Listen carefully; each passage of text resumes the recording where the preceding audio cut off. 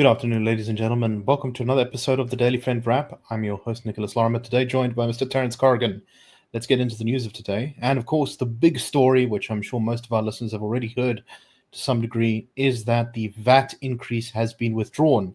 The Minister of Finance announced last night, late after midnight, that essentially, as far as I understand, the budget will effectively be withdrawn and the VAT increase will be halted through in Parliament. And so, as promised by some of the ANC's new coalition partners, Action SA, Rise Mzansi and such, there will in fact be no VAT. No VAT increase at least. Now, the reasons as to why this has happened are very different depending on who you ask. If you ask the DA or the EFF, they are claiming that the reason that the VAT increase was withdrawn was because they were on the verge of maybe triumphing in court. At I think it was about 11 o'clock last night, Helen Ziller from the DA issued a statement saying the DA can confirm reports that lawyers acting for the Minister of Finance have approached our lawyers proposing an out-of-court settlement in the matter the DA brought to interdict the VAT increase. We've, on the other hand, seen the ANC and the parties who supported the fiscal framework in Parliament saying that this was as a result of internal deliberations, discussions, and that they've changed their mind because of the sort of it was clear that there was a desire for the country to not implement the VAT increase. It also is not clear where the money is going to come from, because of course the need to increase VAT was a very real need. The Treasury, the budget is going to have a significant shortfall if VAT was not increased, and government really doesn't want to drive up debt anymore. Well, what is the option? There are many people, including us, who say that spending needs to be cut, that there is wasteful expenditure on a variety of things, including, for example, the inflated prices paid for BE procurement. There are some, like the EFF and MK, who say that there must be a wealth tax or corporation tax. It doesn't seem to be clear yet what the ANC's alternative is to the VAT increase, whether it's just going to be cuts or something else. Terence, firstly, on the politics here, what do you make of this? Who do you think actually won this battle?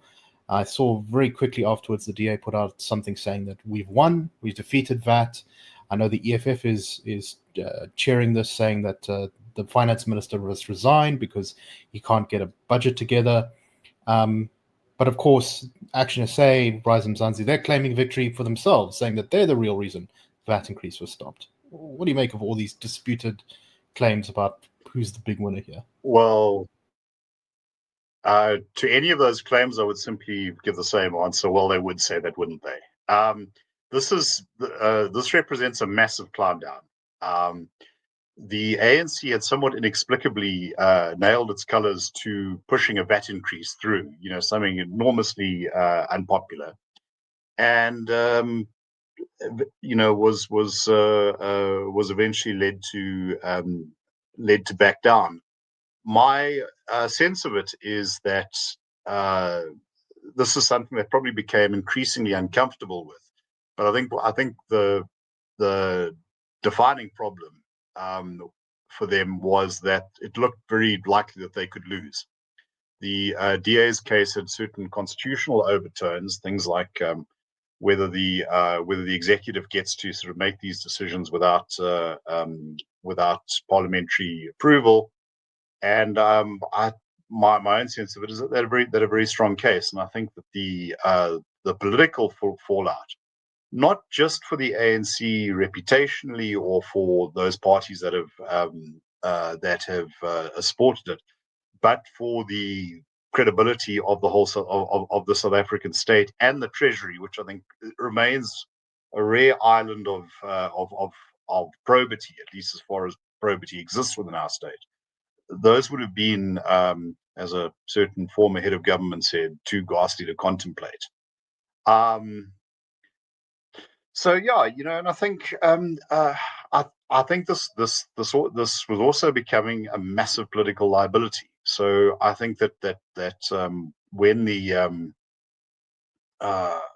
chance came to step away from it, it was something that was seized on with gratitude. So now, of course, everyone's going to be trying to claim credit and weaponize the decision. The big question, as you say, is where does the money come from? That's a big hole you've got to fill. There's been some speculation in the press. Health and education perhaps could be on the chopping block. Essentially, I don't think you can touch grants because that is actual money in people's pockets. It's not the kind of behind the scenes thing that makes your queues longer or has these subsidiary outward facing effects.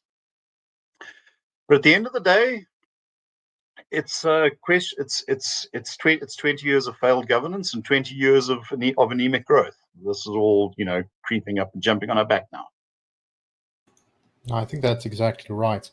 There are no more good options left for the government, and I see there's still a bit of confusion as to what exactly happens now. Is the fiscal framework, which was passed on the assumption that there would be this VAT increase, going to be withdrawn and have to be voted on in Parliament again? In which case, the potential exists once again for the kind of ANC's very delicate coalition of all these small parties to fall apart, which I think was definitely happening in this case with the parties that initially supported it suddenly kind of changing their mind and backtracking. I see the EFF is accusing Enoch Godongwana of quote, running the Ministry of Finance through causing chaos and confusion, and that this is tantamount to him withdrawing the budget again. But Terence, the question remains, when the choice is between the ANC of hurting the social services that it kind of has as the bedrock of its electoral support, its offer to the electorate, right? They say, we provide education, we provide health, we provide grants. Is the ANC really going to cut that rather than make any kind of economic reform on the ideological stuff? Look, I wrote a couple of weeks ago that there are multiple constituencies that it has to modify. One is its grant dependence. Those who are very reliant on state support, and that's also one. People will know that I'm a bit of a welfarist squish on this. That I think that there's a compelling logic to that. The second is the civil service. A big part of South Africa's middle class draws their living standards directly off the fiscus. Then there's a sort of two-part constituency, politically connected business people, legitimately getting tenders, and then also the illegitimate types. Now, I think ironically, while I would say that is that is a logical order to arrange those priorities, and politically, it's the other way around. So the most obvious thing to do is, do away with preferencing. We've said that there's 150 billion rand right there. 17 billion in direct costs and 132 billion or whatever it is in indirect costs. The Zondo dividend, as Gabriel Krause likes to call it. You can do that. You can look at what can we cut in the state and in the civil service bill. That's an unpopular choice, and it's not an easy one. And I think that would send shockwaves through the ANC. But that would also be something to consider. But as I say, people who I think have the greatest political heft are likely in that in the high stakes patronage network. So I really don't know what they're going to do. We just keep on escalating the debt, and hope one day someone magics it away. I don't know. It's not. Look. Let me just say that if I manage my personal finances like that, assuming I had any money at all, and I went to my bank and said, "Oops, sorry, I've maxed out my like 3 credit cards. Just cut me some slack." I don't think that'd be sympathetic, but that's pretty much where we are fiscally. Yes, exactly.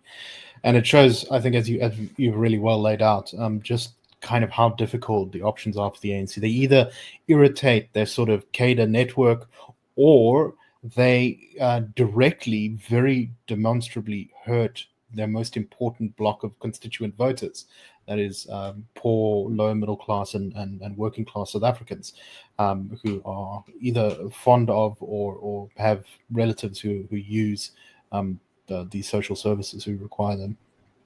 Look, All right. let me just make one final comment there. I suspect that the area that gets hit is the sort of investment type of thing. So it's not that you firing teachers, but you are not providing money for school upgrading. It's not that you are firing people in the Department of Transport, but you're not upgrading the roads. And that, unfortunately, or you're not firing soldiers, but you're not giving them weapons to shoot with, which is now makes our military something of a joke. And unfortunately, this is one of the main reasons I think that the South African state is in the state it's in. Yes. Can I just say though that I actually think that this has been a pretty positive episode in our country's parliamentary and democratic history. We have had a very substantive discussion on a particular policy proposal. In this case, it was VAT. There were arguments placed as to alternatives were given by various political parties. There was proper discussion, and then politics happened. People made deals, they traded horses, etc., metaphorical horses, and we ended up with public pressure forcing the government to change its course. And this is exactly the kind of government, as messy and as gruesome and as worrying to investors and many analysts alike that all of this was.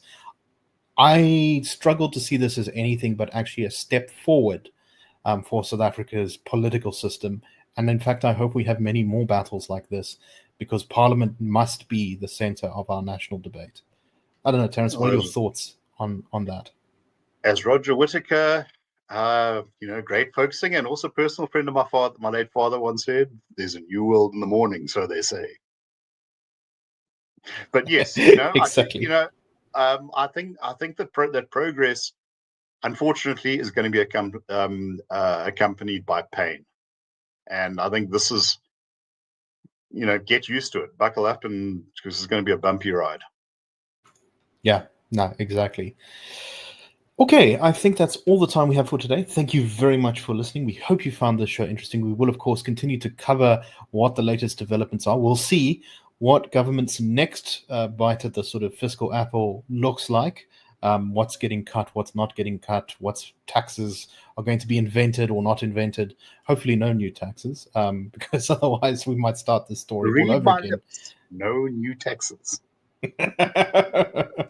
But I can't help but think that maybe the poll that we being the Institute of Race Relations put out maybe also convinced the ANC that it's not a great time to die on the heel of VAT, which I think it may be a lesson that they've learned. But anyway, we will watch with interest. Thank you very much, everyone. Have a wonderful day. That's a wrap. The Daily Friend Show and The Daily Friend are a project of the Institute of Race Relations, the IRR.